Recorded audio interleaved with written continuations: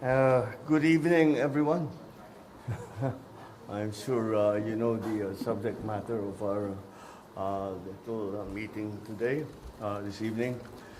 The plane carrying former President Rodrigo Roa Duterte took off at 11:03 p.m. this evening and exited Philippine airspace.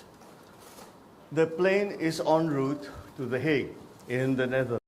The former president to face charges of crimes against humanity in relation to his bloody war on drugs. The former president was earlier placed in government custody at Villamor Airport, carrying former President Rodrigo Roa Duterte took off at 11:03 p.m. this evening and exited Philippine airspace. The plane is en route to The Hague in the Netherlands, allowing the former president to face charges of crimes against humanity in relation to his bloody war on drugs. The former president was earlier placed in government custody at Villamor Air Base after his common-law wife, Hanilet Avancenia, and members of his entourage arrived at 9:20 this morning from Hong Kong on Cathay Pacific flight number CX-907. Mr. Duterte was arrested in compliance with our commitments to Interpol. Hours before his arrival, Interpol Manila received an official copy of the ICC warrant. This prompted the Prosecutor General of the Department of Justice to serve the warrant. Interpol asked for help, and we obliged because we have commitments to the Interpol, which we have to fulfill. If we don't do that, they will no longer help us with other cases involving Filipino fugitives abroad. This is what the international community expects of us as the leader of a democratic country that is part of the community of nations. So I'm sure that the details that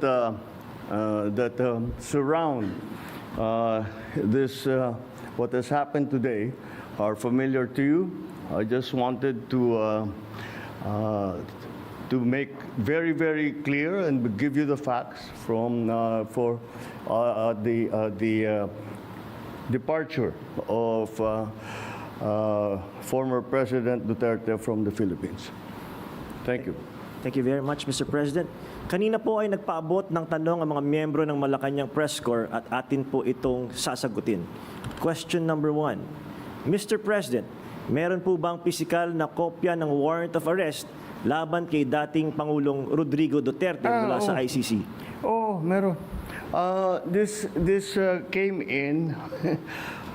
Actually, it came in. I received it from Secretary Remulla. I received it at 3 a.m. last night, and I looked at it, and we went back and forth. 6:30, he wrote me again, and he said, we have it already. We have the warrant of arrest from Interpol. And I said, okay, we'll put all our plans into place, and sige, let's proceed as we had discussed. Now, that's what happened. So yes, there is a very clear document that will explain that will explain the basis on how we conducted this arrest of former President Duterte. Sir, is it okay if we give them copies of the arrest warrant, photocopies of the arrest warrant? Would that be possible?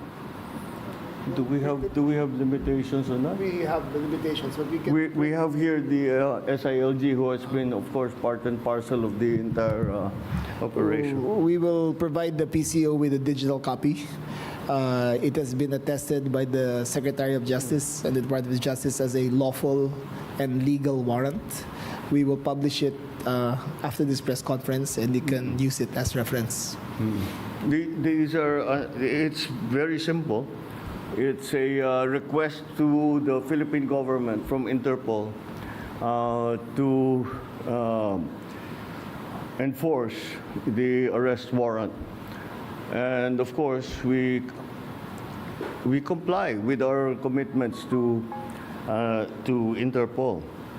We did not do this because it was derived from or it came from ICC. We did this because Interpol asked us to do it. And we have commitments to them, and we lived up to those commitments. Sir, thank you, sir. Second question, sir. Mr. President, sinasabi ng kampo ni PRRD na unlawful arrest daw itong ginawang pag-aresto sa kanya. Well, we followed every single necessary procedure. We had a very good basis on which to serve that warrant and to read him his rights. We followed all the legal procedures that are necessary. So I'm confident that if in further examination, you will find that it is proper and correct. Sir, third question from the MPC. Mr. President, may violation ba ito sa ating soberanya, itong pagkakaaresto kay dating Pangulong Duterte? No. Bakit naman? Dahil consistent naman tayo. Hindi tayo tumutulong sa investigasyon ng ICC. Meron tayong contact sa kanila, natural.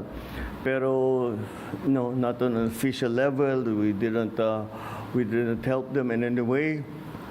The arrest that we did today was in compliance with our commitments to Interpol. It just so happened that came from ICC. But it's not because it came from ICC. It's because it came from Interpol. Pang-apat po na tanong, Mr. President, sinasabi po nila na ito ay political persecution lamang at may kaugnayan din daw sa 2028 elections. Okay, well, I'm sure sasabihin nila yan. But this case started in 2017 when we were still members of the ICC, and it was during the time of former President Duterte. So I don't see how that can be political persecution on my part, because it was initiated before I even came into the picture. So that would seem. But once again, we have to recognize that, you know, of course, it's natural for people to put lalagyan ng politika, kulay ng politika. Pero sinundan lang natin yung ICC, yung Interpol. Wala tayong, hindi natin kinakausap yung ICC. Marami silang hinihingi sa atin ng mga dokumento, wala kaming binigay. Yun lamang, hindi natin mahindian ang Interpol. Pag sinabi sa atin, tulungan nyo kami, kailangan namin kunin itong taong ito. Dahil, kung maalala ninyo, lahat ng mga tumakas dito sa Pilipinas, kagaya ni Alice Go, kagaya ni Arnie Tevez, kung sino-sino pa, pati naman yung mga human trafficking sa Myanmar, pati sa mga madadamay. Sinong tumulong sa atin para makita natin yung mga ating kababayan na inaapi at ginagamit sa masamang paraan? Ang Interpol. Kaya naman, dapat naman tayo, pagka sinabi sa atin, tulungan nyo kami sa ganito, tumulong kayo. Kaya naman, ganun ang ginawa natin. Maraming salamat, Mr. President, sa paglilinaw ninyo. You want to ask another question? President, take one question, sir. All right, sure. Sir, there are calls for people power. There are, in fact, as we speak, protest actions ongoing. would you like to address the supporters of the former president? The supporters of the former president? Well, you know, again, the government is just doing its job. Wala namang, it's not because it's one person or another that we do the things that we do. Maybe sa nung mga nakaraan na mga administrasyon, baka ganun ang ginagawa. Pero para sa akin, hindi naman ganun.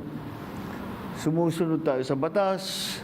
We are a member of the community of nations. We must live up to our responsibilities, to the commitments that we have made to the community of nations. And that is what's happened here. The politics doesn't enter into it. Bakit? Why that? You know, he's never going to be a candidate for anything. Why go after him? Di ba? At saka 2017 pa ito, wala pa ako. Civilian pa ako noon. So this is the evolution of his case, and this is where we end up. Yeah. All right. Thank you very much, Mr. President. Thank you. Thank you. Good evening. Thank you. At dyan po nagtatapos ang ating press conference. Abangan niyo po yung mga briefings namin sa mga susunod na araw.